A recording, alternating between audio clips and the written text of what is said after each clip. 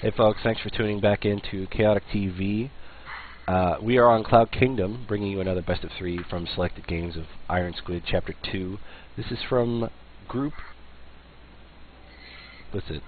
I think it's Group A, and we are in the bottom left on Cloud Kingdom with the Blue Protoss. He is Startails Parting, playing under a very weird tag, so we're just going to call him Parting.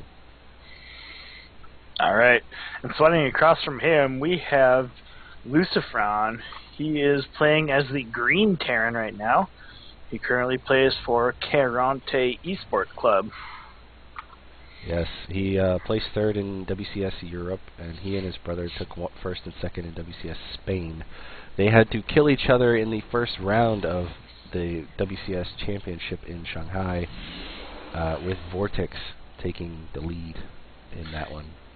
Yeah, that is definitely taking team kill to a whole new level when you got to play against your own brother, I suppose. Yep, and actually Day9 and Tasteless. Tasteless, yeah. Casted that match. That's funny because Day9 and Tasteless did the same thing to each other at WCG quite a long time ago. in Singapore, yeah.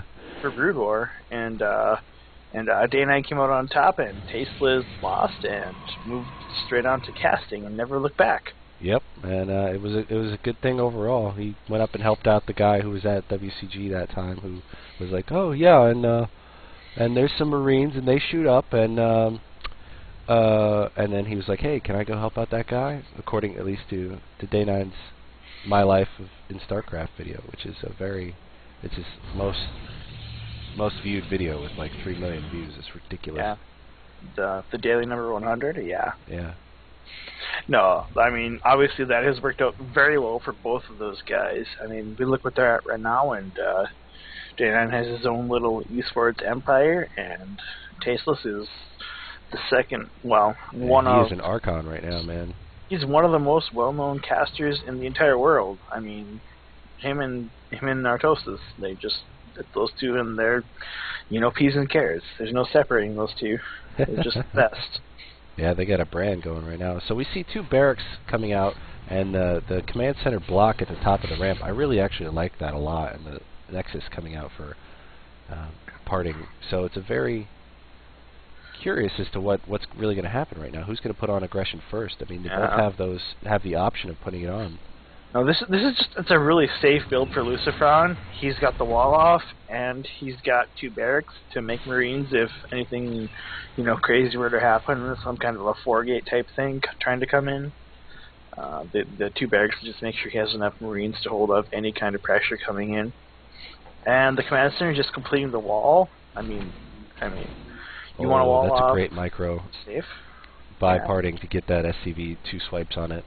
On the ramp. That's actually a trick that's come out relatively recently, and you have to have the Zealot and BU there to smack it again.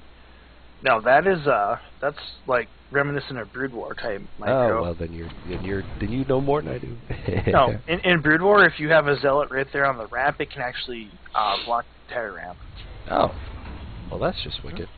Yeah, right square in the middle, and that's like that little sweet spot. And players who played a lot of Brood War, they know it. They're used to it. So we see a bunker going down for Lucifron, and he's got 5 Marines behind this, and this Zealot and Stalker pair are, if they push up into there, they're going to get punched a little bit by this group of Marines. Now, Lucifron, like I said, he wanted to start this out as safe as he can and still get an expansion going. So, 2 barracks before gas, along with the expansion, is just going to get him a little safe expo going, and try to keep him up with this fast expand from Parting. Alright, so we see a forward pylon going down for Parting right now, and his warp gate has just about to finish.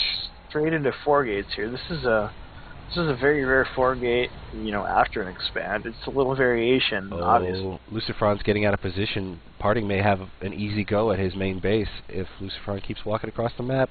Yeah, he has this forward pylon here right out in front, and he's going to have 4 warp gates. He didn't take the Zelnaga tower. He didn't see the Stalker moving towards his base.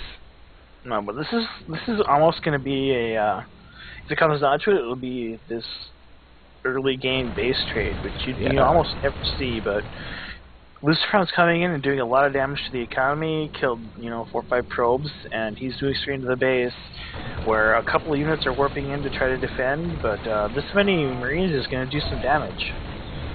Yep, and on the other side, Parting is doing his own sort of damage. He's got 3 Zealots tanking for a lot of these Stalkers, and the force fields from Parting are not there because he's already spent all on the Guardian Shield, which is actually seems to be a good choice, taking out a huge number of SCVs, and he's taking a supply lead that is more than significant.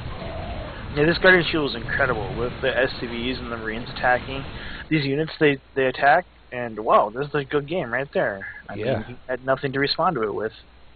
A little early base trade, and Parting definitely took the lead, and there was no coming back from that. So that was a very quick Game 1. It looked like they were both setting up for a later game, but it turned out that the early aggression was an actual kill. So we're going to jump right into Game 2 between these two players in the next few minutes, and we will see you soon. Cheers. I'm Chaotic. This is Eclipse. And we'll see you next time. Cut. Hooray, Game 2.